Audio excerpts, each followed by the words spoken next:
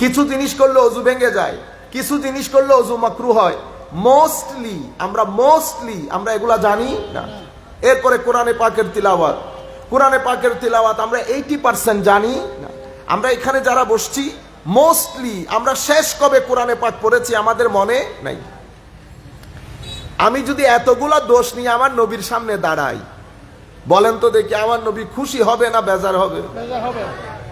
তো নবী করিম সাল্লাল্লাহু আলাইহি ওয়াসাল্লামকে যদি আমি বেজার করি, বেজার করার পরে আমার নবী সাল্লাল্লাহু আলাইহি ওয়াসাল্লামকে কষ্ট দেওয়ার পরে আমি আমার নবীর শাফাআতকে আশা করতে পারবো?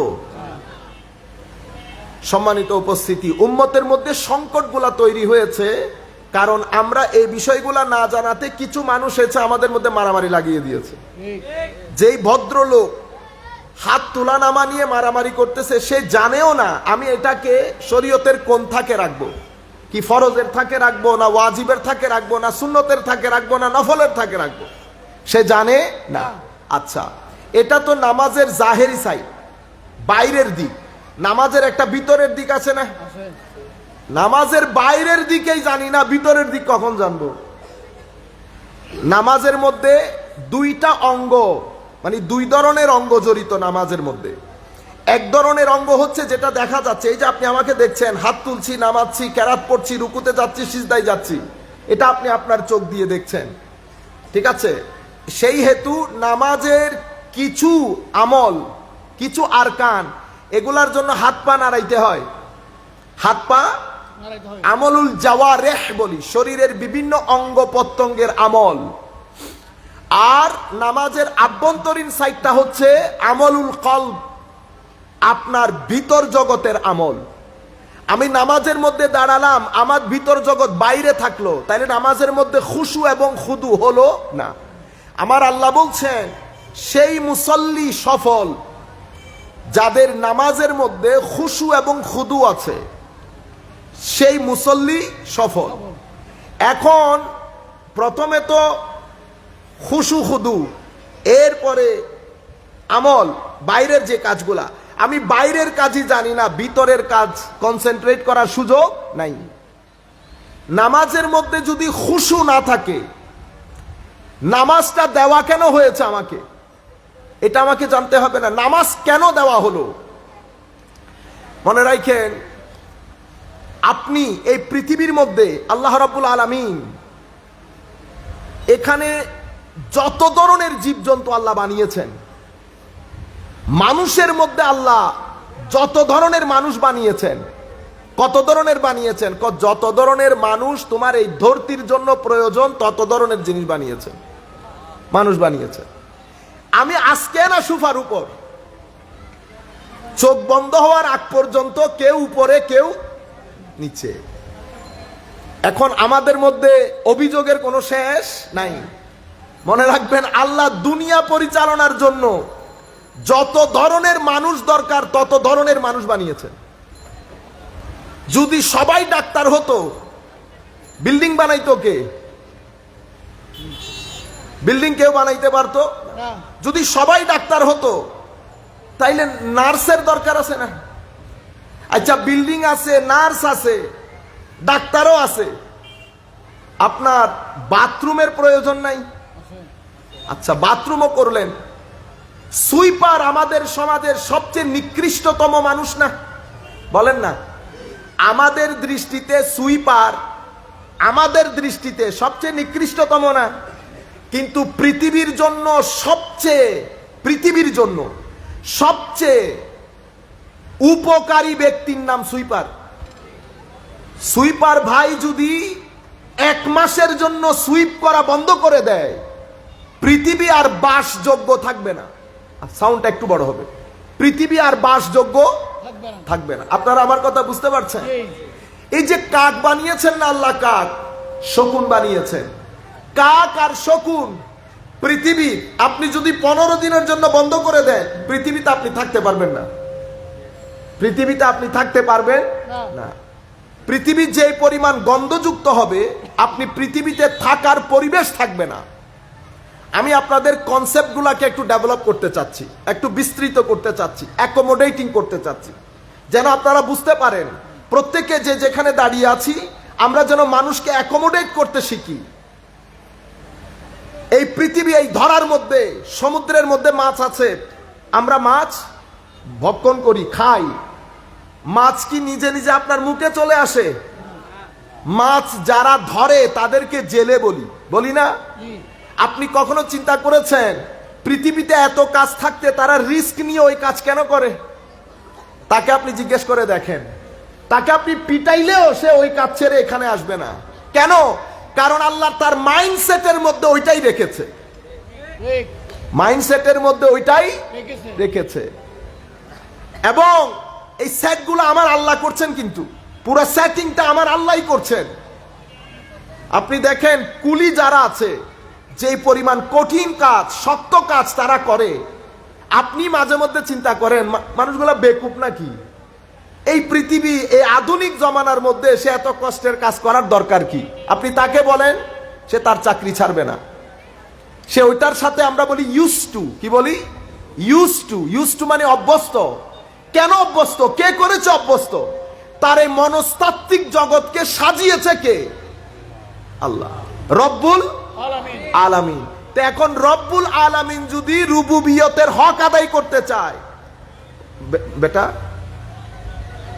একটু হ্যালো শুনেন, একটু বাড়ানো যায় না? কষ্ট হচ্ছে অনেক বেশি।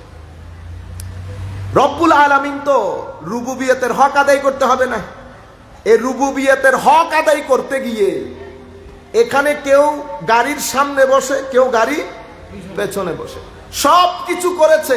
পৃথিবীতে কোনো গ্যারেজের মিস্ত্রি বানান নাই আল্লাহ। কোথায় যাবেন?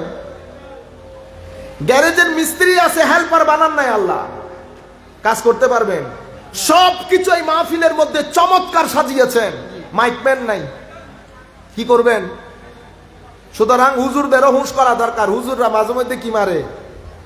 ডাক মারে। হ্যাঁ, এলে করি না পারো। তো আমি একটা জায়গায় ছিলাম, আমি ওর মাইকম্যানরে শিখাই দিছি, নেক্সট টাইম যদি তোমার চিল্লানি দেয় তুমি শিখাইবা যে হুজুর আপনি এসে করে দিয়ে যান, দেখি পারেন কিনা।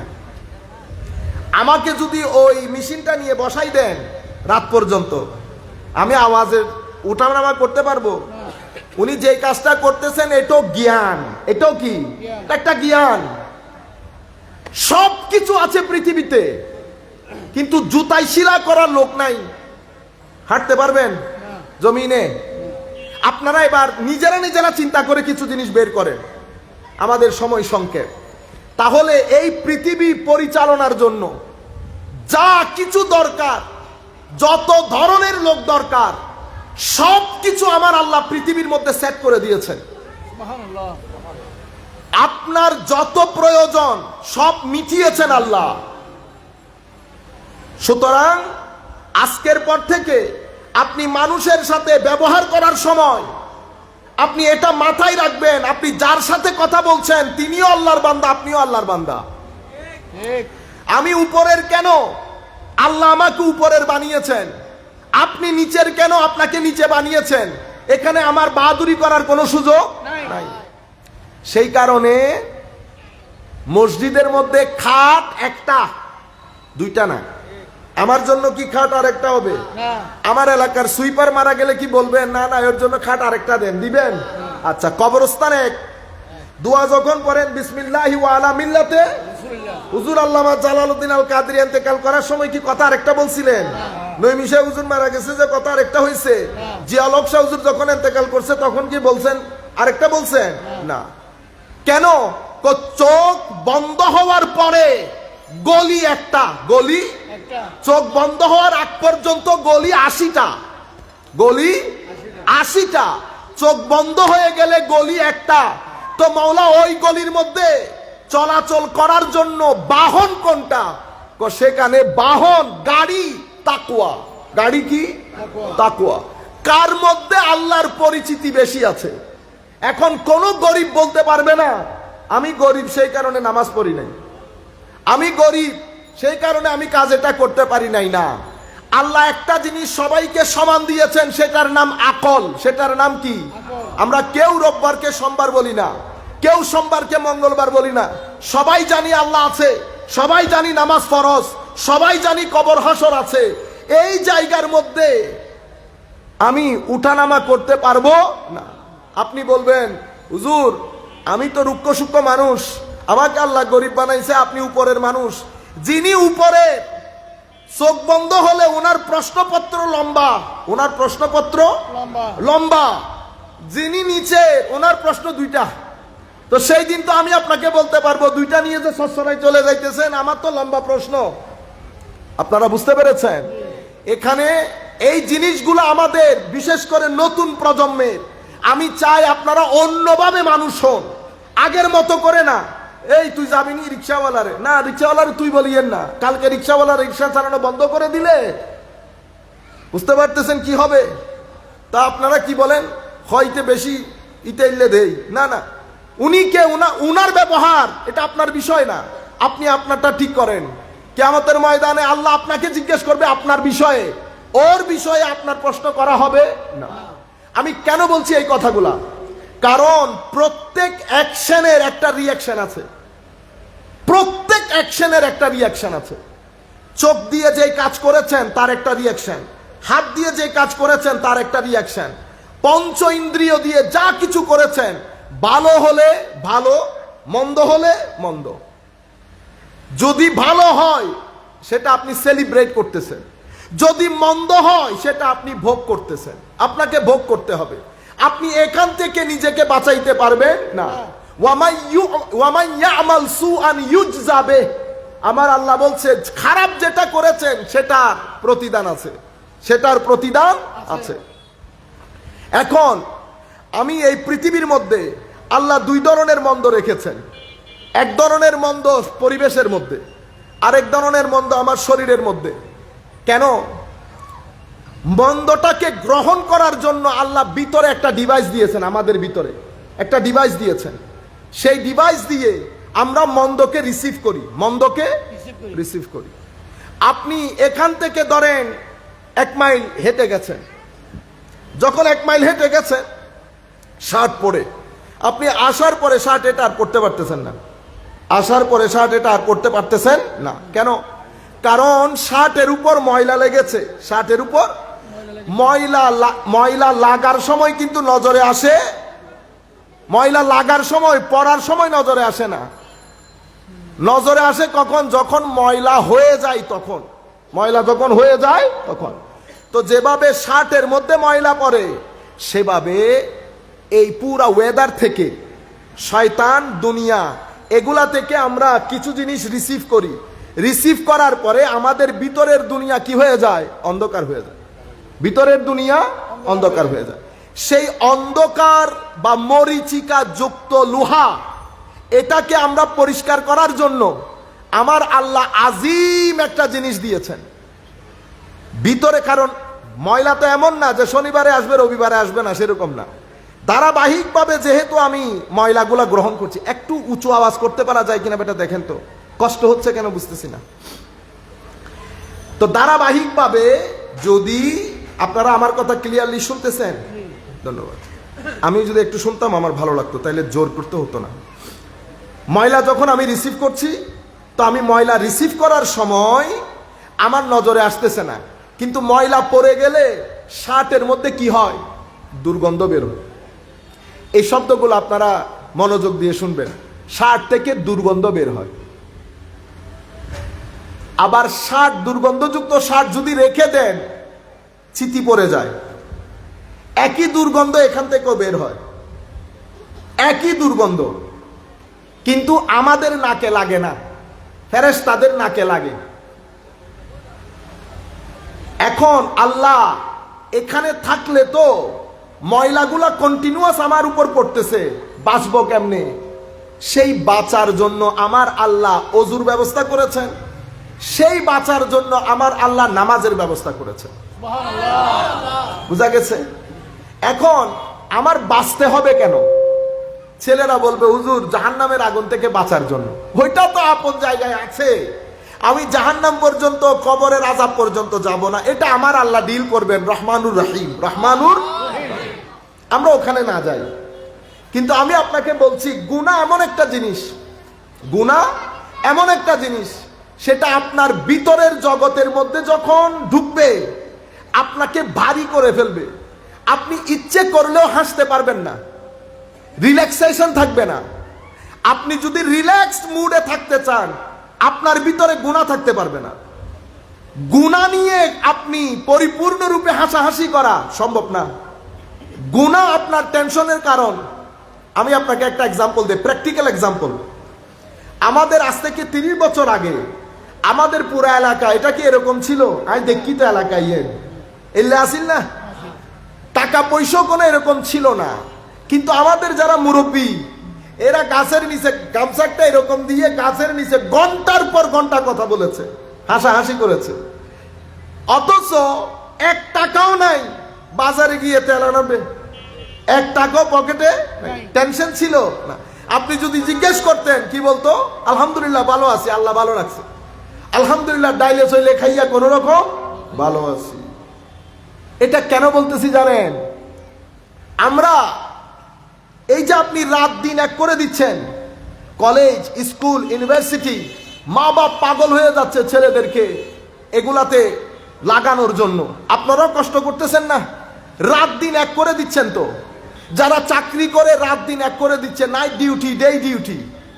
এটা আপনারা কেন করেন বা আমরা কেন করি? আমরা করি পেটে ভাত দেওয়ার জন্য, এটাকে ভরানোর জন্য। এটা কেন করতে হয়? এটা যদি না ভরেন আপনি দুর্বল হয়ে যাবেন। এটা না ভরেন আপনি পৃথিবীতে বাঁচতে পারবেন না। আপনার কথাগুলো মৌলিকভাবে খেয়াল করবেন। এটা না ভরলে আমি থাকতে পারবো না, আমি বাঁচতে পারবো না। বাঁচার জন্য এটা ভরা দরকার। কিন্তু এটা যদি সারাদিন ভরতে থাকেন, এটাকে শান্ত করে না। শান্তি কোথায়? এটাতে শান্তি এখানে না, শান্তি থাকে এখানে। এখন আপনি সারাদিন কাজ করেছেন এটার জন্য, এটার কাজ কে করবে? এটার কাজ কি? তো আলা বিজিক্রিল্লাহি তাতমাইন্নুল কুলুব, কলবের শান্তি, আল্লাহ, রসুল, দ্বীন, এই 3টা জিনিস বাদে কলবের শান্তি নিশ্চিত করতে পারবেন না। এই শিক্ষা আমাদেরকে দেওয়া হয় নাই। মা বাপদেরও খেয়াল করতে হবে। মারা যদি বাসায় বসে শুনে থাকেন, আমরা কলেজ ইউনিভার্সিটিতে অবশ্যই পাঠাবো, তার একটা ভালো চাকরি দরকার। চাকরি কেন দরকার? কারণ তার সার্ভাইভাল দরকার। চাকরি, টাকা, পয়সা, এটা সব আমাদের, আমরা কি বলি, জীবন উপকরণ। মানে কি? মানে বেঁচে থাকার জন্য এগুলো আমার উপকরণ, ওসিলা, মাধ্যম। এটা আমার উদ্দেশ্য না। আপনার আমার উদ্দেশ্য পরকালীন শান্তি এবং দুনিয়ার শান্তি। দেখছেন, আমি কিন্তু দুনিয়ার শান্তি এবং পরকালীন শান্তি বলি নাই। পরকালীন শান্তি অতঃপর দুনিয়ার শান্তি। মুমিনের আলটিমেট টার্গেট, গোল, দৃষ্টি পরকাল। পরকাল হলে কি হয়? আপনি যখন ফ্যাক্টরি দেন, আপনি জুটের জন্য ফ্যাক্টরি দেন না তো। জুট তো ফ্যাক্টরি হইলে জুট এমনিতে এসে যাবে, আসবে না? বুঝতে পেরেছেন? তো আপনার মধ্যে যদি আখেরাত থাকে, দুনিয়াটা এমনিতেই থাকবে। এটা বাই প্রোডাক্ট, এটা বাই প্রোডাক্ট। এটা স্পেশাল করে করতে হয় না, আখেরাতকে স্পেশাল করে করতে হয়। তাহলে আমার জীবন উপকরণ কি? আমার জীবন উপকরণ খাদ্য, বাসস্থান, ওয়েদার, এগুলা সব আমার বেঁচে থাকার মাধ্যম। আমার শান্তি কোত্থেকে আসবে? শান্তির সোর্স কি? টাকা পয়সা না। টাকা পয়সা যদি শান্তির সোর্স হতো, তাইলে আমেরিকা পৃথিবীর সবচেয়ে শান্তিপূর্ণ দেশ হতো, ইংল্যান্ড পৃথিবীর সবচেয়ে শান্তিপূর্ণ দেশ হতো, টাকাওয়ালা দেশগুলো সবচেয়ে শান্তিময় হতো। ঘটনা কিন্তু সেরকম না, ঘটনা কিন্তু সেরকম না। তাইলে বোঝা যাচ্ছে টাকা পয়সার বাদেও আরেকটা জিনিস দরকার আছে শান্তির জন্য। সেটা কি?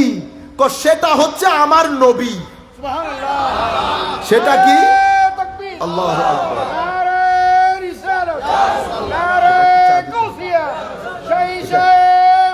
জিন্দাবাদ, জিন্দাবাদ, পবিত্র জশ্নে ঈদ মিলাদুন নবী, উলামায়ে আহলে সুন্নাত জিন্দাবাদ। তাহলে এটা আপনারা বলে না গাঁটটি বেঁধে নেওয়া, এটা আপনারা বুঝে নেন। আমি বিনয়ের সাথে অনেক করজোরে আপনাদেরকে বলছি, আমরা সবাই রং ট্র্যাকে চলে যাচ্ছি। প্রত্যেকের ঘরে অশান্তি, আমরা শান্তির অভিনয় করি। কেন? কারণ পা চাদরের বাইরে টেনে দিয়েছি। জিন্দেগি থেকে প্রিন্সিপাল খতম হয়ে গেছে। বিয়ে করেছেন, প্রিন্সিপাল লাগবে। প্রিন্সিপাল কি? আপনার ঘরের হেডমাস্টার। আপনি হেডমাস্টার হিসেবে হেডমাস্টারের একটা মুড থাকে, আপনি মুড নষ্ট করে দিয়েছেন। কেন? যেই ব্যক্তির মধ্যে দিনদারি থাকে না সেই ব্যক্তির মধ্যে খুদদারি থাকে না। যেই ব্যক্তির মধ্যে দিনদারি থাকে না সেই ব্যক্তির মধ্যে পার্সোনালিটি থাকে না। সেই কারণে গড়ে আমাদের, আপনি আল্লাহর অবিডিয়েন্ট না, রসুলের অবিডিয়েন্ট না, আপনি কখনো আপনার সন্তান থেকে কামনা করবেন না যে তারা আপনার অবিডিয়েন্ট হবে। যেই ব্যক্তির মধ্যে রসুলের আনুগত্য নাই সেই ব্যক্তি দুনিয়াতে কারো আনুগত্য পাবে না। এই পর্যন্ত বাংলাদেশে সবচেয়ে কম বেতনের চাকরি করে কারা বলেন তো? মসজিদের ইমাম। বাংলাদেশের মধ্যে সবচেয়ে সম্মানিত কারা বলেন তো? ইমাম এবং মসজিদ। এটা আজীব শান। আপনারা কথায় কথায় বলেন মৌলভী, মোল্লা, বিয়ে পর্যন্ত দিতে চান না, ঠিক না? কিন্তু আজীব বিষয় হচ্ছে পৃথিবীর আপনি যেই প্রান্তে যাবেন, মুসলিম নন মুসলিম সবাই এই হুজুরদেরকে সম্মান করে। আপনি এডেন খালি আর আমেরিকার হোটেলত বই চা খাইলো মালিকে ভূষণ হলো এডেনো, এটা তো ঘটনা ঘটে, ভূষণ আলাদা আছে, কিন্তু পৃথিবীর এই পর্যন্ত এরকম হয় নাই। মাঝে মধ্যে ইক্কা দুক্কা। আমি আপনাদেরকে বলতে চাচ্ছি, এই যে সম্মান, এটা কোত্থেকে আসে? এটা আপনার ভিতরে আল্লাহ এটা পয়দা করে দিয়েছে। মসজিদের ইমাম যখন রাস্তা দিয়ে হাঁটে হিন্দুরা সালাম দেয়, তাই না? আমাদের মসজিদের ইমাম ছিলেন, আমরা নিজের চোখে দেখেছি, পানি পড়া নিতে মুসলমানরা যতজন আসতো তার চেয়ে বেশি হিন্দুরা আসতো। কেন? কারণ যেই মানুষের উপরে আল্লাহর দয়া থাকে, সৃষ্টি সেই মানুষকে সম্মান করবে। সৃষ্টি সেই মানুষকে সম্মান করবে। এখন আসেন আমরা পুরা জিনিসটাকে সামারাইজ করি। আমরা এখানে ওয়াজ করতে আসি নাই, ওয়াজ আমাদের কাজ না। ওয়াজ করবে বড় বড় আল্লাহওয়ালা আলেমরা। ওয়াজ মানে কি জানেন? নসিহত করা। নসিহত কারা করবে? যারা রাতের সিজদা দেয় তারা। আমরা দিনের সিজদা দেই না, আমরা আবার নসিহত করব। মাঝে মধ্যে হাসি পাই, আমরা নিজেরাই বলি এখন ওয়াজ করিবেন, ওয়াজ করিবেন এটা বলিয়েন না, বক্তব্য দিবেন বলিবেন। কি করবে? বক্তব্য। ওয়াজ করবে বড় বড় বুজুর্গানে দিন, বড় বড় সিনিয়র উলামায়ে কেরাম। মুফতি ওসির রহমান ওয়াজ করলে ওয়াজ হবে। এখন আপনি যদি বলেন ইবে ওয়াজ করি বইব না, ইবের রাত দিন ঠিক আছে না? ঠিক নাই। সুতরাং এই কথাগুলোর ক্ষেত্রে আপনারা সচেতনতা অবলম্বন করবেন। আমি একটা সংস্কার চাচ্ছি, যেন এই সংস্কারটা হয়। যত্রতত্র মুফতি শব্দ ব্যবহার করবেন না, অনেক হয়ে গেছে, too much, enough is enough. মুফতি অনেক ভারী শব্দ, হুজুর বসে আছে জিজ্ঞেস করেন। আমরা যত্রতত্র মুফতি শব্দ ইউজ করে মুফতির 12টা বাজিয়ে দিয়েছি। মুফতির 12টা বাজিয়ে মুহাদ্দিস ভালো করে এক লাইন হাদিস পড়তে পারে না। যাকে আমি মুফতি বলেছি উনি ফিকহের কোন কিতাব একেবারে শুরু থেকে শেষ, ক্লাস 9-এর শরহুল বেকায়া, যেই ব্যক্তি শুরু থেকে শেষ পর্যন্ত পড়ে নাই, উসুলুস শাসি পড়ে নাই শুরু থেকে শেষ পর্যন্ত, এগুলা হচ্ছে একদম প্রাইমারি লেভেল, হায়ার সেকেন্ডারি লেভেলের কিতাব। সেই কিতাব পড়ে নাই, আপনি তার নাম দিয়ে দিয়েছেন প্রফেসর। কি নিয়ে দিয়েছেন? প্রফেসর। মানে ইংরেজিতে রেন এন্ড মার্টিন বলতেছি না, রেন এন্ড মার্টিন না, এই ছোটখাটো বাজারের মধ্যে গ্রামার বই পাওয়া যায়। হ্যাঁ, আপনারা এই ন্যারেশন নিয়ে পেরেশানিতে থাকেন না। ন্যারেশন টেন্সের ভিতরে ঢুকাই দিলে বের হইতে পারবে না। তারে যদি আপনি বলেন ইংরেজির প্রফেসর হইল নি কথাটা, আপনারা বুঝতে পেরেছেন? টেন্স কিন্তু ওইরকম কঠিন জিনিস না, বহুত সহজ জিনিস। কোনোদিন যদি টেন্সের মাহফিল করেন তা আপনাদেরকে বলবো এটা একেবারে পানির মতো জিনিস। আমরা বুঝাইতে গন্ডগোল করে ফেলি। টেন্স, ন্যারেশন এগুলা যদি আপনি আগে নিয়ম পরে এক্সাম্পল দেন বুঝতে পারবেন না। 7 দিন আপনাকে যদি এক্সাম্পলের ভিতরে রাখি কথাবার্তার মধ্যে, এরপরে যদি আমি আপনাকে বুঝাই আপনি ইজিলি বুঝতে পারবেন, পানির মতো বুঝতে পারবেন। একদিন টেন্সের ওয়াজ করবো তাই। সালাতুনিয়া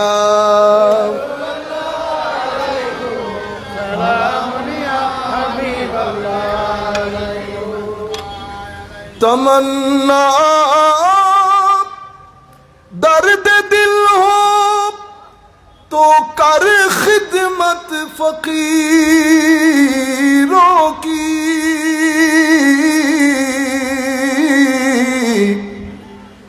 नहीं मिलता ये गौहर बादशाहों की खजीनों में सलातुन या रसूल अल्लाह अलैकुम सलामुन या হাবিব আল্লাহ আলাইকুম।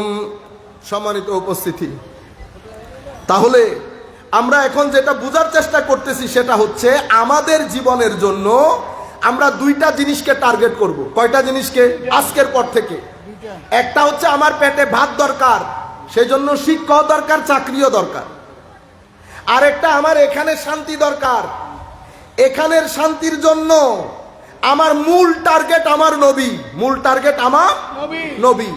এখন আপনি বলতে পারেন যে আপনি নবী বললেন কেন?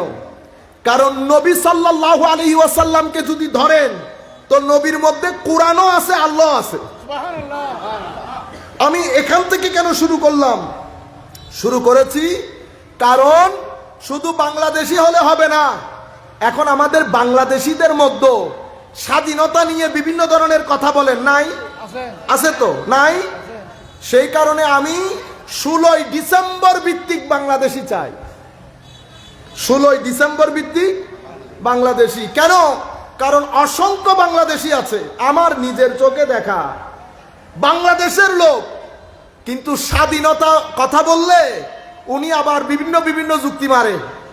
সেই কারণে আমার বাংলাদেশি দরকার, 16 ডিসেম্বর ভিত্তিক বাংলাদেশি। বুঝতে পেরেছেন? আমরা আবার পাকিস্তান বিদ্বেষী না, কিন্তু ওই জাতির সাথে থাকা কশ্চিনকালেও আমাদের পক্ষে সম্ভব হতো না। আমি দীর্ঘদিন একেবারে সেই 2007 থেকে 23 পর্যন্ত সেই জাতির সাথে থাকা কশ্চিনকালেও সম্ভব হতো না। তারা যেই পরিমাণ অহংকারী এবং যেই পরিমাণ আন্ডার এস্টিমেট আমাদেরকে করে, মানে বঙ্গাল কা বাচ্চা, বঙ্গাল। আমি হইলে মৌলানা হাফিজ সাহেব, আর তাদের দজবাঙ্গাইটা আল্লামা। বুঝতে পেরেছেন?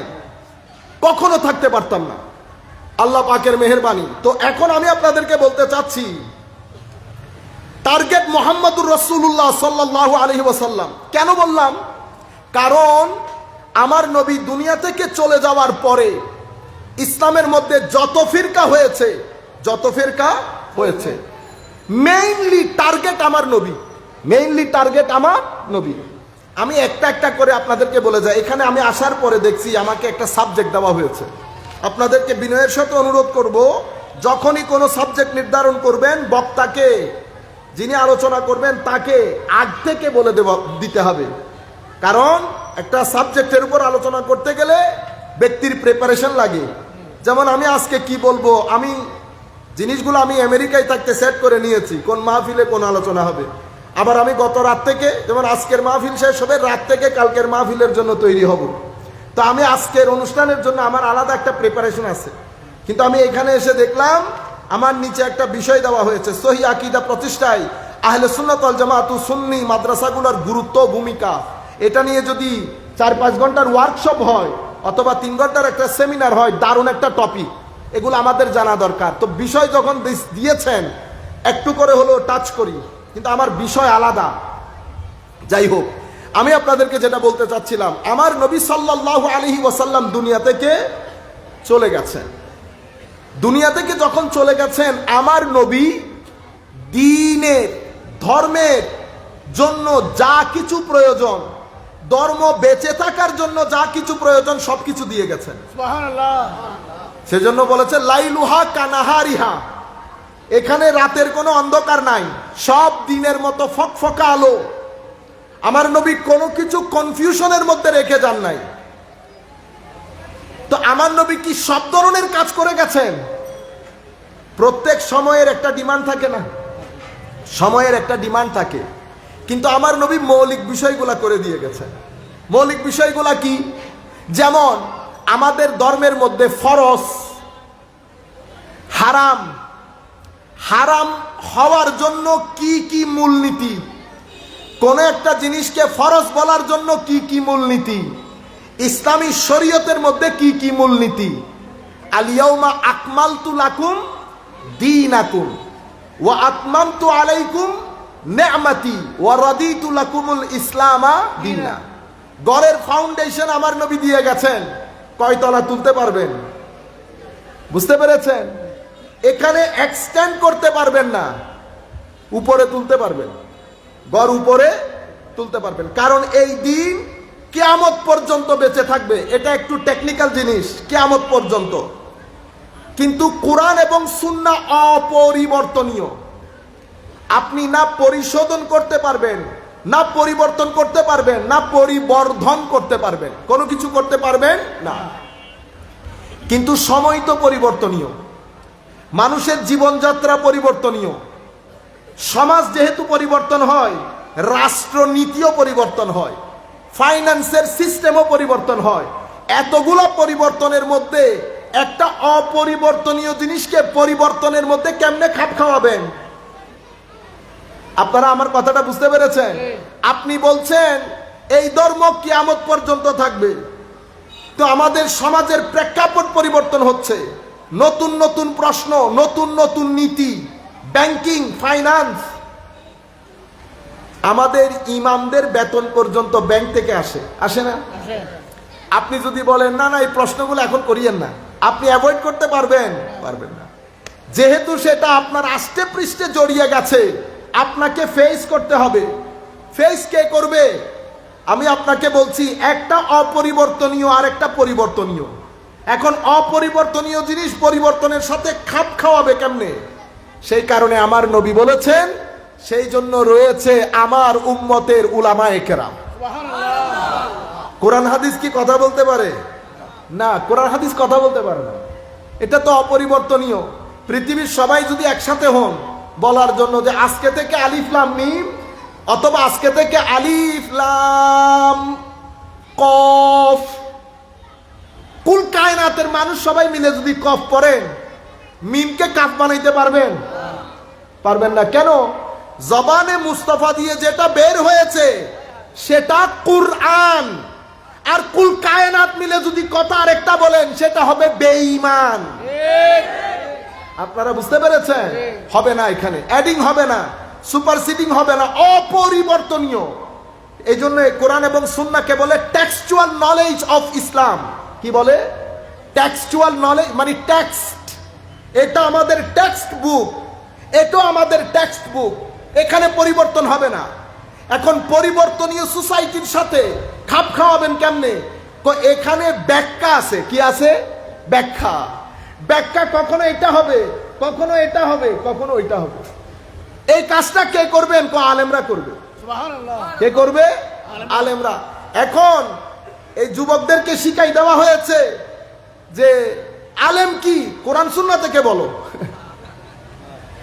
আপনি যদি আলেম বাদ দেন তো আপনি তো কোরআন সুন্নাহর বিরোধী হয়ে গেলেন। কেন? কোরআন সুন্নাহ বলছে আতিউল্লাহ, যদি আপনি মুমিন হয়ে থাকেন, আনুগত্য আল্লাহর, আনুগত্য রসুলের, আনুগত্য রসুলের পরে আমার নবীর প্রতিনিধি আলেম এবং খলিফার। বুঝতে পেরেছেন? আল্লাহর আনুগত্য কিভাবে করবেন? তো আল্লাহর আনুগত্য রসুলের আনুগত্যের মধ্যে আল্লাহর আনুগত্য, রসুলের আনুগত্যের পরে আপনার আমার জিম্মাদারি যারা যুগের আইম্মাই কেরাম তাদের অনুকরণ অনুসরণ করা। যেমন আপনি ফতোয়া চেয়েছেন, তারা ফতোয়া দিয়েছে, জায়েজ বলেছে, আপনি জায়েজের উপর আমল করেছেন, অনুগত্য কার হয়েছে? তাদের হলো না। তার কথা মেনে নিয়েছেন তো? কেন মেনে নিলেন? কারণ তিনি আল্লাহ আল্লাহ রসুলের কথা দিয়ে কথা বলেছেন। আসলে আনুগত্য তার হয় নাই, হয়েছে আল্লাহ রসুলের, হয়েছে আল্লাহ রসুলের। ফতোয়া বলেন না, ফতোয়া। ফতোয়া কি? ফতোয়া হচ্ছে ওনার ব্যক্তিগত মত। কিসের ভিত্তিতে দিয়েছেন? কোরআন এবং সুন্নতের ভিত্তিতে। কোরআন এবং সুন্নতের ভিত্তিতে। আপনি যদি বলেন উনি কি জানেন, উনি কোনো কিছু জানেন না, তবে আপনার চেয়ে বেশি জানেন। উনি কোনো কিছুই করেন না, ওনার সিজদা বেশি, রুকু বেশি, কোরআনের তিলাওয়াত বেশি, রাতের ইবাদত বেশি। আর আমার নবী ওনাদেরকে নিজের ওয়ারিস বলেছেন। কি বলেছে? আমার ওয়ারিস। নবী বলছে ওয়ারিস, আমার এলমের ওয়ারিস, দ্বীনের টেক কেয়ার করবে তারা। দ্বীনের টেক কেয়ার কারা করে? তো আমার এই কোরআন এবং সুন্নতের পেছনে আমার আলেমরা দাঁড়িয়ে আছে, আমার আলেমরা দাঁড়িয়ে আছে। এই আলেমদের মধ্যে এরা দাঁড়িয়ে থাকে কেন? তো কোরআন এবং সুন্নতের উপর যখন কোনো চ্যালেঞ্জ আসে, সেই চ্যালেঞ্জের মোকাবেলা কিয়ামত পর্যন্ত আমার উম্মতের আলেমরা করবে। আল্লাহু আকবার।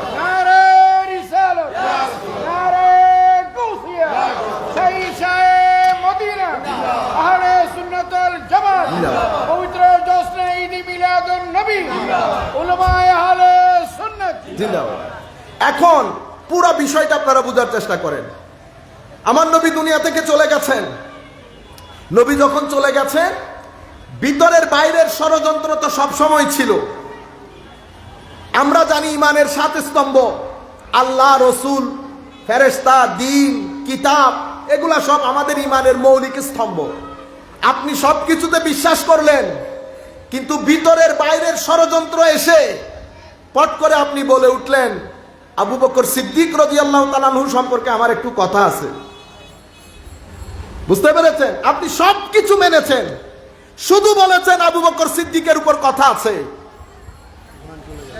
কি হয়ে গেল? ক্রস হয়ে গেল। মেইন স্ট্রিম থেকে সরে গেছেন। মেইন স্ট্রিম থেকে আপনি যখন কথা আছে বলেছেন, যুগের আইম্মায়ে কেরাম এক যুগে দাঁড়িয়ে গেছে। কি বলিস তুই? একজন দুইজন না, মুহাদ্দিসের কাতার থেকে দাঁড়িয়েছে, ফকির কাতার থেকে দাঁড়িয়েছে, এলমুল কালাম তথা আকীদার আইম্মায়ে কেরাম আকীদার জায়গা থেকে দাঁড়িয়েছে, গ্রামারের আইম্মারা গ্রামার থেকে দাঁড়িয়েছে, উলুমে হাদিসের ইমামরা উলুমে হাদিস থেকে দাঁড়িয়েছে। এক যুগে বলছে মেইন স্ট্রিমে তোমার কোনো স্থান নাই। দেখছেন? এখন সব কিছু মানি, কোরআন, সুন্নাহ, ইজমা, কিয়াস, সপ্তস্তম্ভ, সাহাবায়ে কেরাম সব মানি, কিন্তু হযরত আলীর ব্যাপারে কথা আছে। হযরত আলীর ব্যাপারে কথা আছে। সমস্ত ইমাম দাঁড়িয়ে গেছে একসাথে, কথা বলেছে একজন, এটাকে বলে ফিরকা। কি বলে? ফিরকা। এখানে কয়জন দাঁড়িয়েছে? সীমাহীন। এটাকে বলে মেইন স্ট্রিম। এটাকে কে বলে? Main stream. এখন যিনি দাঁড়াচ্ছেন, যিনি নিজেকে পরিচয় দিচ্ছে আমি আসল মুসলমান, যেমন ইসলামের মধ্যে একটা ফিরকা এসেছে মুতাজিলা। কি বলে? মুতাজিলা। এখন কোন কেউ নামগ্রাম জানেন? অথচ এক সময় রাষ্ট্রীয় পৃষ্ঠপোষকতা পেয়েছে। আমি আহলে হাদিসের ভাইদেরকে বলি, আজকে গিয়ে বাসায় লিখে রাখবেন। আপনারা মনে করছেন এখন রমরমা অবস্থা, এটা ইসলামের ইতিহাস আমরা আমাদের ছেলেরা পড়ে না বিদায় জানেন না। আজকে গিয়ে বাসায় নোট করে রাখবেন, বেশিতে 100 বছর, 100 বছর পরে কেউ চিনবেও না, কেউ চিনবেও না। ইতোপূর্বে মুতাজিলা সম্প্রদায়, আমি আপনাকে বলছি না, রাষ্ট্রীয় পৃষ্ঠপোষকতা পেয়েছে। যখন মুসলিম দুনিয়া পুরা পৃথিবীকে শাসন করতেছে, প্রায় 3 মহাদেশ, সেই 3 মহাদেশের মেইন সেন্টার থেকে রাষ্ট্রীয় পৃষ্ঠপোষকতা নিয়ে ইমাম আহমদ ইবনে হাম্বলকে বন্দী করেছে, মেরেছে, অতঃপর শহীদ হয়ে গেছেন ইমাম আহমদ ইবনে হাম্বল নির্যাতন, মানসিক টর্চারে। একজন আহলে সুন্নাত ওয়াল জামাত আর একজন মুতাজিলা। আজকের প্রজন্ম মুতাজিলাকে চিনেও না। সাধারণ মানুষ কি বলবো?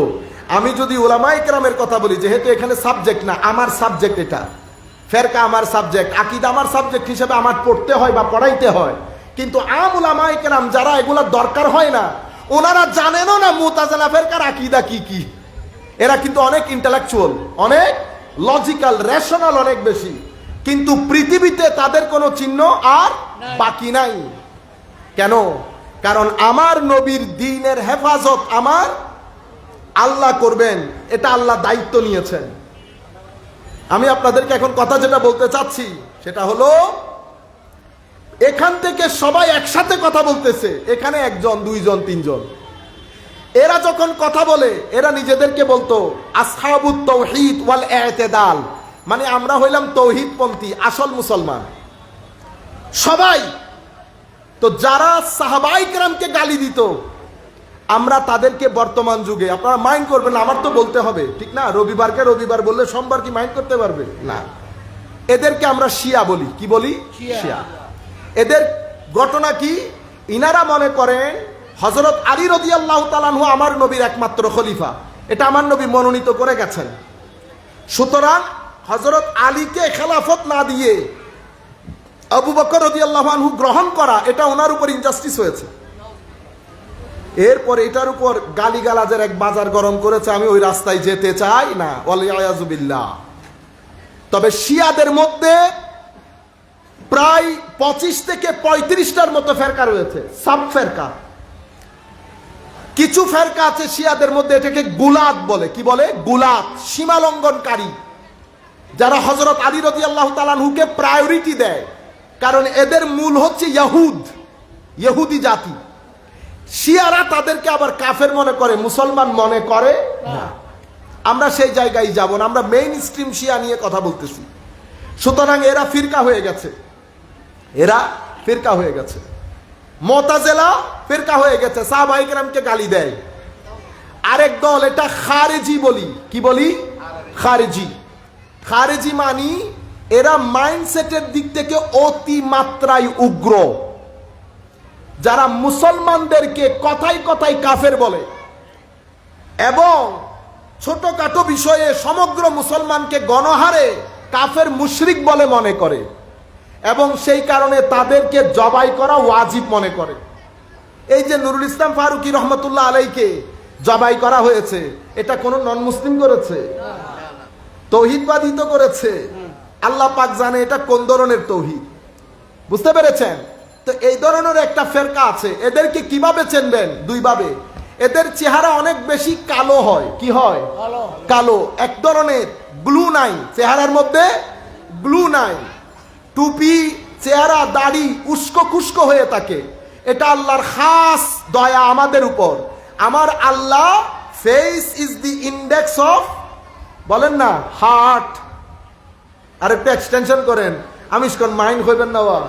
Face is the index of heart, soul. আপনার হার্ট এন্ড সোলের মধ্যে যেটা লালন করেন, চেহারার মধ্য দিয়ে সেটা প্রস্ফুটিত হবে। আমাদের মুরব্বী এখানে যারা বসে আছেন, আশেপাশে যারা মুরব্বী আছে, এন্তেকালের পরে দেখবেন চেহারা আরো খুলে, face is the index of mind. গুনাহ থাকতে পারে, কিন্তু আপনি জিজ্ঞেস করেন তাওয়াক্কুলের ক্ষেত্রে, ঈমানের ক্ষেত্রে আমাদের চেয়ে 100 গুণ এগিয়ে, এগিয়ে। কিন্তু আপনার ভিতরে যদি মুসলমানের ব্যাপারে বিদ্বেষ থাকে, আপনার ভিতরে যদি আউলিয়ায়ে কেরামের ব্যাপারে বিদ্বেষ থাকে, আমার নবীর ব্যাপারে সংকোচন থাকে, আপনি তো মুসলমান। এই কিছুদিন আগে অনেক বড় জায়গা থেকে আমাদেরই একজন বড় আলেম, বড় জায়গা থেকে উনি বলছেন ঈদে মিলাদুন্নবীর মাহফিল, মিলাদুন্নবীর মাহফিলের বক্তব্য দেখেন হুজুরের, কি বলে? নবীর যে প্রথম 40 বছর সেটা আমাদের জন্য অনুকরণীয় নয়। আমি অ্যাপ্রিসিয়েট করি অন্তত কিছু কথা বলছেন যে হ্যাঁ, নবীর প্রথম 40 বছরে অনেক ঘটনা ঘটেছে, বড় বড় অনেক ঘটনা ঘটেছে, এগুলো সব ঠিক ছিল, কিন্তু আমাদের জন্য অনুকরণীয় নয়। দেখছেন নি, সব ঠিক, ভালো ঘটনা ঘটছে, কিন্তু আমাদের জন্য অনুকরণীয়। নবী কি প্রথম যুগে মিথ্যা বলছিল? আমার নবীর কোন ঘটনা যেটা অনুকরণীয় না? এটা কি উম্মতের মুখের ভাষা? কোন ছেলেকে বলতে শুনেছেন, আমি আব্বা আপনাকে ক্লিয়ারলি বলতেছি, আমার জন্মের আগে আপনার যে বিহেভিয়ার সেটা অনুকরণ করার কথা আপনি আমাকে বলিয়েন না। আমি আপনাকে অনুকরণ করব আমার জন্মের পরের যে আপনার জীবন সেটা। চিন্তা করে দেখেন তো, এগুলা কোনো কথা? এগুলা কোনো উম্মত বলে? আপনারা যারা যেই আকীদা, আপনারাই মনে করেন, আপনারাই আমাকে বুঝান কোন নবীর ব্যাপারে কথা বললেন। বেটা, সিনা ধরে যাওয়ার কথা। আমার নবী আমার আল্লাহর বান্দা, কোনো সন্দেহ নাই, কিন্তু আমার নবী আল্লাহর বন্ধু, এতেও কোনো সন্দেহ নাই। যদি বন্ধু না হতেন, এটা আপনারা সবসময় শুনেছেন, সমস্ত নবীদের নাম আমার আল্লাহ নেন নাই। আমার নবীর নাম একবার নিলে ইয়া মোহাম্মদ বললে গুনাহ হইতো? আল্লাহ তো মালিকুল মুলক, কেন নিলেন না কোরআনে পাকের মধ্যে? আমি প্রশ্ন ছেড়ে দিয়েছি, আপনারা নিজেদেরকে গিয়ে বাসায় জিজ্ঞেস করবেন। এটা আমার নবীর বন্ধুত্বের দাম দিয়েছেন আমার আল্লাহ, এটাকে বলে শানে মাহবুবিয়তে মুস্তাফা সাল্লাল্লাহু আলাইহি ওয়াসাল্লাম। নারে তাকবীর, নারে রিসালাত, নারে গাউসিয়া, শাইশায়ে মদিনা, আহলে সুন্নাত ওয়াল জামাত, পবিত্র জশ্নে জুলুস ঈদ মিলাদুন নবী, হায়াতুন নবী, রহমাতুল আলা নবী, পবিত্র ঈদ মিলাদুন নবী, উলামায়ে আহলে সুন্নাত। আপনি দেখেন আজান কেন দেন বলেন তো? নামাজের জন্য। নামাজ কার জন্য পড়া হয়? আল্লাহর জন্য। তো নামাজ আল্লাহর জন্য, আজান নামাজের জন্য। এখানে নবী আছে? নাই। কিন্তু আজানের মধ্যে নবী আছে কেন? আপনি নিজেকে জিজ্ঞেস করেন নাই কোনোদিন যে আজান নামাজের জন্য, নামাজ আল্লাহর জন্য, এর ওই জায়গার মধ্যে আশহাদু আন্না মুহাম্মাদার রাসূলুল্লাহ। আচ্ছা, এতটুকুন বুঝছি। নামাজ কার? আপনি বলছেন আল্লাহর। তো নামাজের মধ্যে সুবহানাকা আল্লাহর, আলহামদু আল্লাহর, আসসালামু আলাইকা আইয়ুহান নবী কার? তো ইয়া রাসূলুল্লাহ, আপনি আল্লাহকে জিজ্ঞেস করেন। এখন আপনি যে এই পরিমাণ তৌহিদ বুঝে ফেলেছেন, নামাজের মধ্যে আসসালামু আলাইকা আইয়ুহান নবী আসলো, এতটুকুন আসলে তো যথেষ্ট ছিল। আবার আল্লাহুম্মা সাল্লি আলা মুহাম্মদ, আবার ওয়া আলা আলি মুহাম্মদ। আপনি কি আল্লাহকেও শিয়া বলবেন? আপনারা আমার নবীর মাহবুবিয়ত, আমার নবী আল্লাহর কোন পর্যায়ের বন্ধু সেটা বোঝার চেষ্টা করেন। নামাজ আল্লাহ, সেই নামাজের মধ্যে আমার নবীর উপর দরুদ পড়তে বলা হচ্ছে, নবীর উপর দরুদ পড়তে বলা হয়েছে। নামাজের মধ্যেও আমার আল্লাহ আমার নবীকে ছাড়েন নাই। শুধু নবীকে না, আমার আল্লাহ হেদায়েতের যারা ব্র্যান্ড অ্যাম্বাসেডর, নবী, আলে বাইত, সাহাবী এবং ওলি, আল্লাহ সবাইকে সালাম দিয়েছেন নামাজের ভিতরে। আপনি ওলির কথা বলে লাফ দিয়ে উঠেন, আপনি আল্লাহকে জিজ্ঞেস করেন না, আল্লাহ নামাজ তো আপনার। ওয়ালা যিকরুল্লাহি আকবার, আকিমিস সালাহ লিযিকরি, আমার জিকিরের জন্য নামাজ। কিন্তু সেই নামাজের মধ্যে আসসালামু আলাইনা ওয়া আলা ইবাদিল্লাহিস সালেহিন। কারা সালেহিন? কোন নবিয়্যিন, সিদ্দিকিন, শুহাদা, সালেহিন। আপনারা বুঝতে পেরেছেন?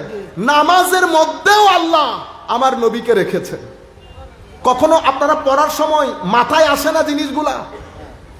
আচ্ছা, কোরআনে পাকের মধ্যে আল্লাহ বলছেন সৃষ্টির মধ্যে হেন কোন সৃষ্টি নাই যেই সৃষ্টি তার ভাষায় আল্লাহর ইবাদত করে না। সৃষ্টির মধ্যে হেন কোন সৃষ্টি নাই। ওয়ামা মিন দাব্বাহ। অথবা আল্লাহ রাব্বুল আলামিন বলেছেন যে সৃষ্টির মধ্যে পাখি বলেন, গাছপালা, নদী, প্রত্যেক কিছু, ওয়ালাকিন লা তাফকাহুনা তাসবিহাহুম, কিন্তু তোমরা তাদের তাসবিহ, তাদের সালাত তোমরা বুঝতে পারো না। আচ্ছা, এটা তো বুঝলাম যে আল্লাহ আল্লাহ হিসেবে, সৃষ্টি হিসেবে সবাই আল্লাহকে চেনে এবং আল্লাহর ইবাদত করে, এটা তো বুঝলাম। আসেন নবীর ব্যাপারে, নবীকে চিনে কিনা? আমার নবী এখনো নবুয়তের প্রকাশ করে নাই। কি করে নাই? নবুয়তের প্রকাশ করে নাই। প্রথম 40 বছর যখন আমার আল্লাহ আমার নবীর ব্র্যান্ড তৈরি করছিলেন। কি তৈরি করছে? আর বেকুব বলে কি 40 বছর পরে নবী হয়েছে। আরে না না না, এটা বলিয়েন। দলিল যুক্তির দরকার হয় না, সব কথা যুক্তি দিয়ে বুঝতে হয় না। আমার নবীর প্রথম 40 বছরে আল্লাহ ব্র্যান্ড তৈরি করেছেন, ব্র্যান্ড। কারণ ব্র্যান্ড যদি তৈরি না হয় তাহলে প্রোডাক্ট সেল করতে পারবেন। জিনিসগুলা যদিও সুন্দর হচ্ছে না, নবীর শানের সাথে যাচ্ছে না, আমি জাস্ট বোঝানোর জন্য বলছি। নকলে কুফর, কুফর না বাসত। আমার নবী সাল্লাল্লাহু আলাইহি ওয়াসাল্লাম যেই রাস্তা দিয়ে যেতেন, আমার নবী বলছে গাছ পাথর সবাই আমাকে সালাম দিত। আমি সেই পাথরকে এখনো চিনি, যেই পাথর আমার নবুয়তের প্রকাশের আগে আমাকে সালাম দিত, সেই পাথর এখনো আমি চিনি। তাইলে পাথর আল্লাহর ইবাদতও করে, নবীকে সালামও দেয়। আপনারা বুঝতে পেরেছেন? নবুয়ত প্রকাশ হলো, আমার নবী উহুদের পাহাড়ে উঠলেন। পাহাড় জড় পদার্থ না জীব পদার্থ বলেন? জড় পদার্থ, নির্জীব, জীবন নাই। কিন্তু আমার নবী বলছে এটা উহুদের পাহাড়, এ আমাদেরকে ভালোবাসে, আমরা উহুদকে ভালোবাসি। ভালো কে বাসে? যার মধ্যে ফিলিংস আছে। ভালো কে বাসে? যেই বুঝতে পারে কাকে ভালোবাসতে হবে, যার মধ্যে বিবেক বুদ্ধি সবকিছু কাজ করে। পাহাড়ের কি বিবেক আছে? বিবেক নাই। কিন্তু পাহাড়কে এই মারেফত আমার আল্লাহ দান করেছেন যে এটা নবী, এটাকে চিনতে হবে, এটাকে চিনতে হবে। আচ্ছা, শুধু উহুদ যে ভালোবাসে সেটা না। আমি আবার আপনাদেরকে ইতিহাসের বই থেকে কাহিনী বলছি না, এগুলো বুখারী মুসলিম শরীফের রওয়ায়াত। আমার নবী আবু বকর সিদ্দিক, উসমানে গনি, ফারুক আজমকে নিয়ে উহুদের পাহাড়ে উঠেছেন। উহুদের পাহাড় ডুলতে শুরু করেছে। আমার নবী পা দিয়ে আঘাত করলেন উহুদকে, উসকুন, উহুদ শান্ত হয়ে যাও, তোমার উপর নবী, সিদ্দিক এবং 2 জন শহীদ আছে। উহুদ শান্তি হয়ে গেল। তাইলে উহুদ আমার নবীর কথা বুঝে নাই? বুঝছে। আমার নবীকে চিনেছে? চিনেছে। তাইলে আমার আল্লাহ বলছেন সমগ্র সৃষ্টি আমার ইবাদত করে। এখানে দেখছি সমগ্র সৃষ্টি আমার নবীকে চিনে এবং সালাম দেয়।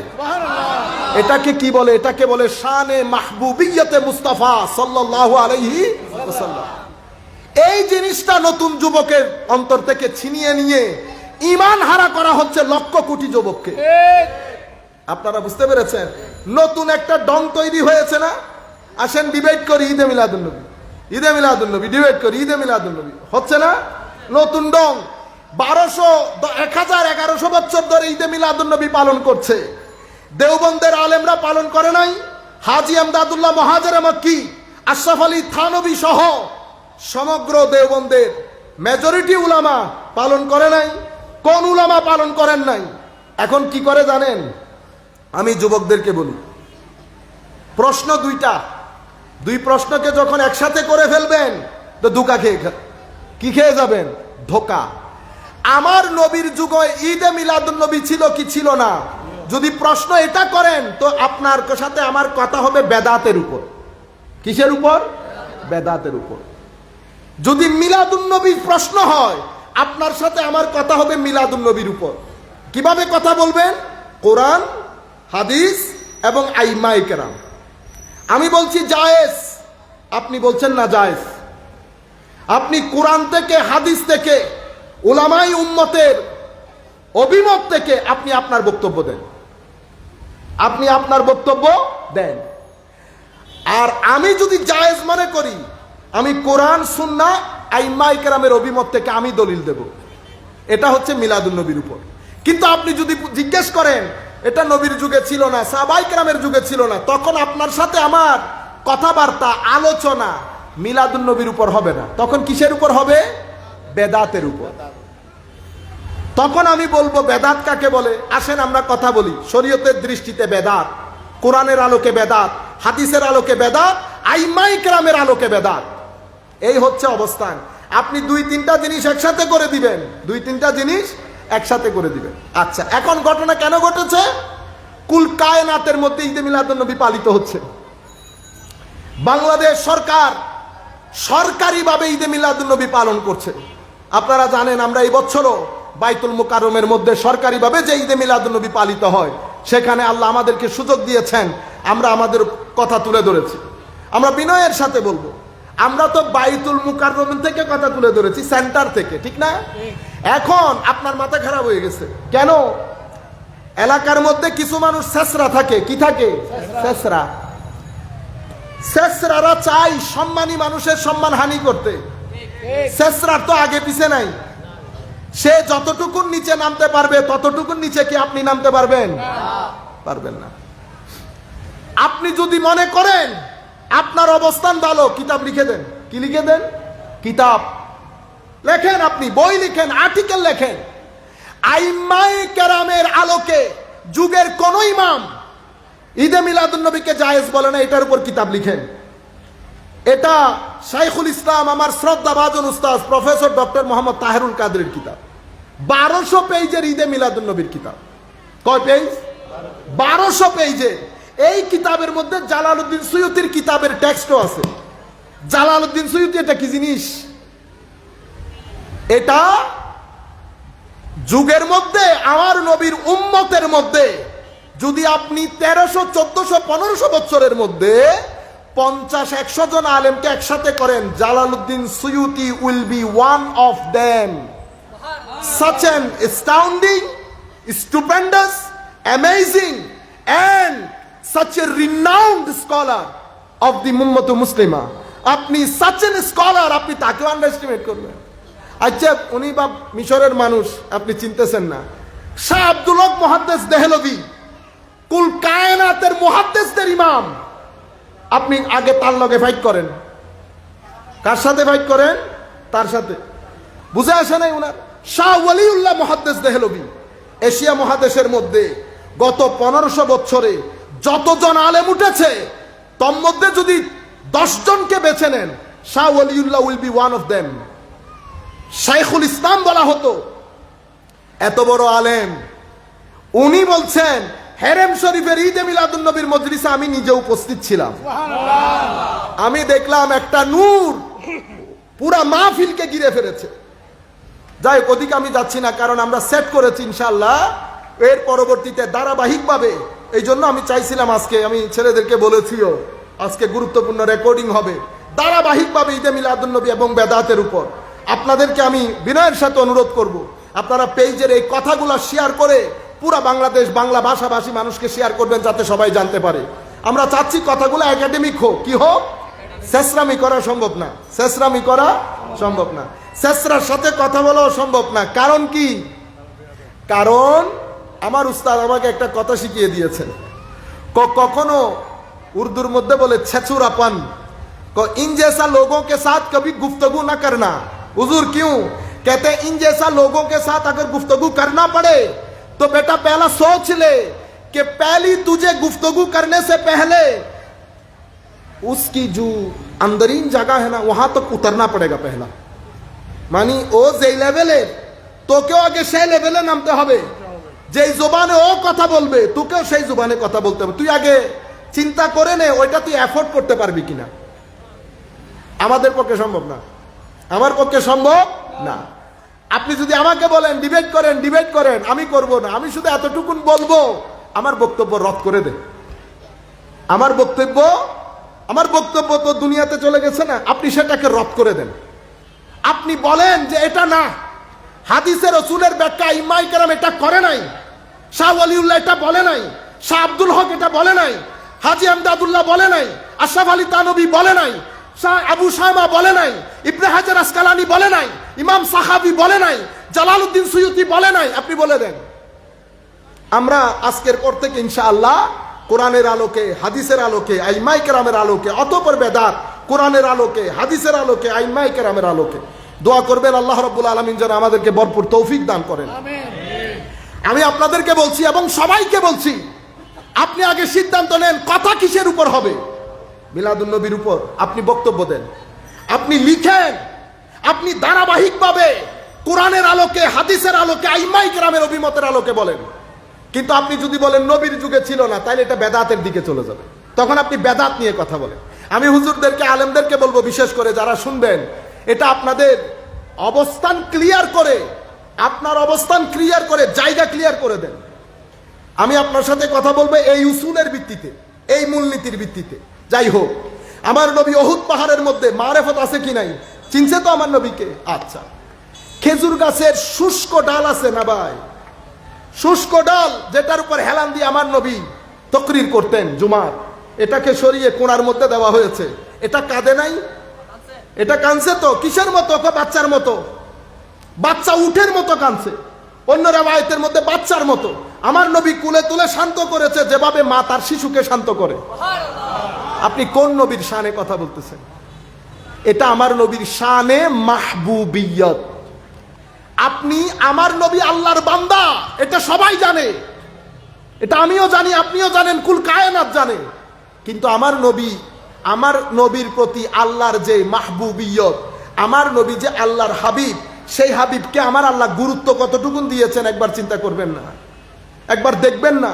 আমার আল্লাহ বলছেন আমি গোপন ছিলাম, আমি চেয়েছি, আমার খুব পছন্দ মহব্বত হয়েছে সৃষ্টি আমাকে চিনুক, আমাকে জানুক, আমাকে মহব্বত করুক। এটা মাথায় রেখে আমি ফাখালাক্তুল খালক, আমি সৃষ্টির শুরু করলাম। আল্লাহ সৃষ্টির শুরু কাকে দিয়ে করলেন? শুরুটা কাকে দিয়ে হলো? পুরা রেওয়ায়ত, আমি আজকে ছিল সাবজেক্টটা, পুরা রেওয়ায়ত যদি একসাথে করেন আমরা নির্দ্বিধায় জানতে পারি যে আল্লাহ যখন চেয়েছেন, মোহাব্বত করেছেন সৃষ্টি করার, সর্বপ্রথম আল্লাহ আমার নবীর নূর সৃষ্টি করেছেন। কেন? যেন আল্লাহকে চিনেন, আল্লাহর প্রতি মহব্বত করেন। তো যখন সৃষ্টি করেছেন আমার নবী হামদ, আমার নবী হামদ, প্রশংসা। সৃষ্টি করার পরে আমার নবী আহমদ, আলমে রুহানিয়ত এবং নূরানিয়তের মধ্যে আমার নবী হয়ে গেলেন আহমদ, আমার আল্লাহর প্রশংসা কীর্তন করছেন। আমার আল্লাহ তাওহীদ, একত্ববাদের নাম। আমার আল্লাহ আমার নবীর মাধ্যমে, আমার নবীর ওসিলায় কায়নাত সৃষ্টি করলেন। নবীর ওই নূরের সমুদ্র থেকে পুরা কায়নাত ফুটে উঠল, পুরা কায়নাত ফুটে উঠল। এখন আমার নবী হামদ, আমার নবী প্রশংসা করলেন। কায়নাতের মধ্যে আমার নবীর নাম দেওয়া হলো মুহাম্মদ, আমার নবীর নাম দেওয়া হলো মুহাম্মদ। তাইলে বানিয়েছেন হামদ, প্রশংসা। আমার আল্লাহ চেয়েছেন নিজে যেন প্রশংসিত হন। আমার নবী সৃষ্টি হয়ে আলমে নূরানিয়ত এবং রুহানিয়তের মধ্যে আহমদ। দুনিয়ার মধ্যে যখন আলমে খালকের মধ্যে আমার নবী এসেছেন, সৃষ্টি হয়েছে পাহাড়, চন্দ্র, সূর্য, গ্রহ, নক্ষত্র। যেভাবে আমি আপনাকে বললাম, সবাই আল্লাহর প্রশংসা করে, সবাই আল্লাহর প্রশংসা করে। সমগ্র সৃষ্টির রহমত বানানো হয়েছে নবী মুহাম্মদুর রাসূলুল্লাহকে। আপনারা খুব দ্রুত বলে ফেলেন না আমার নবী বিশ্ব ব্রহ্মাণ্ডের রহমত, বলেন না? আমি আজকের পর থেকে 1 বছর সময় দিয়েছি, এটার ব্যাখ্যা করেন। বিশ্ব ব্রহ্মাণ্ডের রহমত মানে কি? বলতে তো অনেক সহজ, আপনি এটা ব্যাখ্যা করে দেখেন তো। মানুষের জন্য রহমত বোঝা গেল। বিশ্ব ব্রহ্মাণ্ড যখন বলবেন ইউনিভার্স, ইউনিভার্সের মধ্যে পাহাড় আছে না? তো পাহাড়ের জন্য আমার নবীর রহমত কি সেটা আপনি এস্টাবলিশ করেন। বুঝতে পেরেছেন? এগুলা বললে সুন্নিরা বেশি করে। কি করে সুন্নিরা? সুন্নিরা বেশি করে না, সুন্নিরা আল্লাহর সুন্নত পালন করে। আল্লাহর সুন্নত কোনটা? আল্লাহর সুন্নত হচ্ছে নবীর শানকে কি করা? বুলন্দ করা। ওয়ারাফা'না লাকা যিকরাক। এখন যদি শুধু জিকিরের দিকে যান, জিকির মানে কি? ওই অনুবাদক অনুবাদ করে দেখো আপনার স্মরণকে। ও ভাই, কোরআন শরীফের মধ্যে জিকির শব্দ কি স্মরণের অর্থে ব্যবহৃত হয়েছে? ফাসআলু আহলা যিকর। আহলে জিকিরকে জিজ্ঞেস করে যদি না জানো। তো যারা জানে তারা তো আহলুল ইলম, তাদেরকে আহলুল জিকির বলা হলো কেন? বুঝতে পেরেছেন? এখানে একটা জিকির। আমার আল্লাহ বলছে ইন্না নাহনু নাযালনা যিকর ওয়া ইন্না লাহু লাহাফিজুন। এই জিকির আমি নাজিল করেছি, এটার হেফাজত আমি করব। এখানে জিকিরের অর্থ আরেকটা, সুবহানাল্লাহ। এখানে জিকিরের অর্থ আরেকটা। তো কোরআনে পাকের মধ্যে যদি জিকিরের দিকে যান, আলা বিযিকরিল্লাহি তাতমাইন্নুল কুলুব, জিকিরের মাধ্যমে অন্তরের, কলবের কি হয়? কলব স্থির হয়। আল্লাযীনা ইয়াযকুরুনাল্লাহা কিয়ামান ওয়া কুউদান ওয়া আলা জুনুবিহিম, যারা আল্লাহর জিকির করে স্মরণে, স্বপনে, দাঁড়ানো অবস্থায়, বসা অবস্থায়। জিকির আরেকটা সমুদ্র, জিকির শব্দ, জিকির শব্দটি আরেকটা সমুদ্র। এই জন্য অনুবাদ কখনো কোরআন হয় না, সেই জন্য ব্যাখ্যা বিশ্লেষণ লাগে, ব্যাখ্যা বিশ্লেষণ লাগে। আমার নবী সাল্লাল্লাহু আলাইহি ওয়াসাল্লাম আল্লাহ কি করেছে দেখেন, আলমে খালকের মধ্যে এসেছে, আমার নবী হয়ে গেল মুহাম্মদ। মানে কি? যার প্রশংসা বারবার বারবার বারবার করা হয়। কই ইয়া রাসূলুল্লাহ, আপনার প্রশংসা করলে আল্লাহর লাভ কি? আপনার প্রশংসা করা মানে আল্লাহর প্রশংসা করা। কেন? কারণ আমার আল্লাহই তো প্রশংসার জন্য নবী সৃষ্টি করেছে। আবার আলমে আখিরাতের মধ্যে আমার নবীকে করা হচ্ছে মাহমুদ, অতি প্রশংসিত। হামদ নবীর, হামেদ নবী, আহমদ নবী, মোহাম্মদ নবী, মাহমুদ নবী। আলহামদুলিল্লাহি রব্বিল আলামিন। সমস্ত প্রশংসা কার? আল্লাহ। বুঝতে পেরেছেন? সম্মানিত উপস্থিতি, আমরা দীর্ঘায়িত না করি, আমাদের মাহফিল ছিল অন্য জায়গায় 11টার সময়, এখন 11:15 এখানে বেজে গেছে, যাইতে লাগবে আরো 1 ঘন্টা। আমরা চেয়েছিলাম 9টার মধ্যে শুরু করতে পারলে আমরা প্রায় 1.5 ঘন্টা কথা বলতে পারতাম। যাই হোক, আমরা দীর্ঘায়িত না করি, ওনারা বোধহয় ফোন দিচ্ছেন বারবার। হুজুরে করিম সাল্লাল্লাহু আলাইহি ওয়াসাল্লাম, আমি নতুন তরুণ প্রজন্মকে বলবো, আমার নবীর উপর বেশি বেশি দরুদ পড়বেন, এবং নামাজ যদি বাদ দিয়ে দেন নবী থাকবে না কিন্তু। কেন? কারণ আমার নবী বলেছেন নামাজ হচ্ছে আমার ধর্মের ফাউন্ডেশন। আপনি যদি ফাউন্ডেশন কেটে দেন ধর্ম থাকবে না, ধর্ম না থাকলে নবী থাকবে না। সুতরাং নামাজ যেন মিস না হয়। যে ব্যক্তি নামাজ ছেড়ে দেবে সে ব্যক্তি দিন ছেড়ে দিচ্ছে। যে ব্যক্তি দিন ছেড়ে দিয়েছে আমার নবী তাকে সুপারিশ করবে না, তাকে সুপারিশ।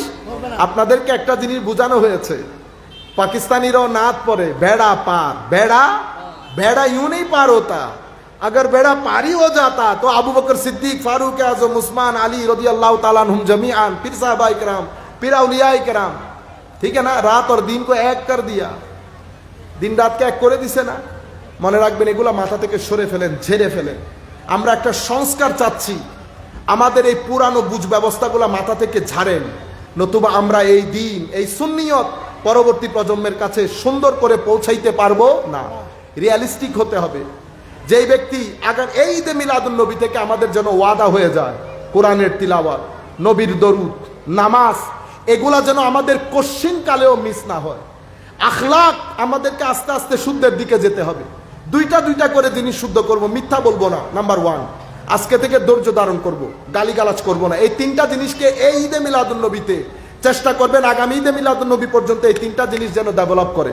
গালি দিব না, গালি দিব না, ধৈর্য ধারণ করব, সত্য কথা বলবো। এই 3টা জিনিস আমাদের প্রথম পদক্ষেপ। এরপর আমরা আস্তে আস্তে করে ডেভেলপ করব। যার চরিত্র আমার নবীর সাথে মিলবে, দুনিয়াতেও শান্তি, আখেরাতেও শান্তি। যে ব্যক্তির চরিত্রে নবী থাকবে না, দুনিয়ার মধ্যে অস্থির হবেন, অল্প বয়সে অসুস্থ হবেন, এরপর অস্থিরতার মধ্যে দুনিয়া থেকে চলে যেতে হবে। সবকিছু তো দুনিয়ার সুখের জন্য, শান্তি পাবেন না। দিন বাদ দিয়ে, আখলাক বাদ দিয়ে, সালাত বাদ দিয়ে, কোরআন বাদ দিয়ে শান্তি নাই। আল্লাহ রাব্বুল আলামিন আমাদের হামি ও নাসির হোক। মওলাই করিম আমাদেরকে কবুল করুক। আপনারা যারা এত দারুণ আয়োজন করেছেন, আমি আয়োজক যারা, তাদেরকে অনেক অনেক অনেক ধন্যবাদ জানাবো। আপনারা অসম্ভব সুন্দর করে সাজিয়েছেন, ঠিক যেভাবে আল্লাহ দুনিয়াকে সাজিয়েছে। দেখেন না, পাহাড়। আপনি আমাদের খাগড়াছড়ির দিকে যদি যান, কিছুদিন আগে প্রোগ্রাম ছিল আমার, বাংলাদেশ কত সুন্দর বোঝা গেছে। আমার আল্লাহ কত সুন্দর করে সাজিয়েছে। যেভাবে আমার আল্লাহ দুনিয়া সাজিয়েছেন, সেভাবে আপনারা মাহফিল সাজিয়েছেন। আল্লাহ আপনাদেরকে আল্লাহ হিসেবে জাযায়ে খায়ের দান করুক। ওয়া মা আলাইনা ইল্লাল বালাগুল মুবিন। আসসালামু আলাইকুম ওয়া রাহমাতুল্লাহ।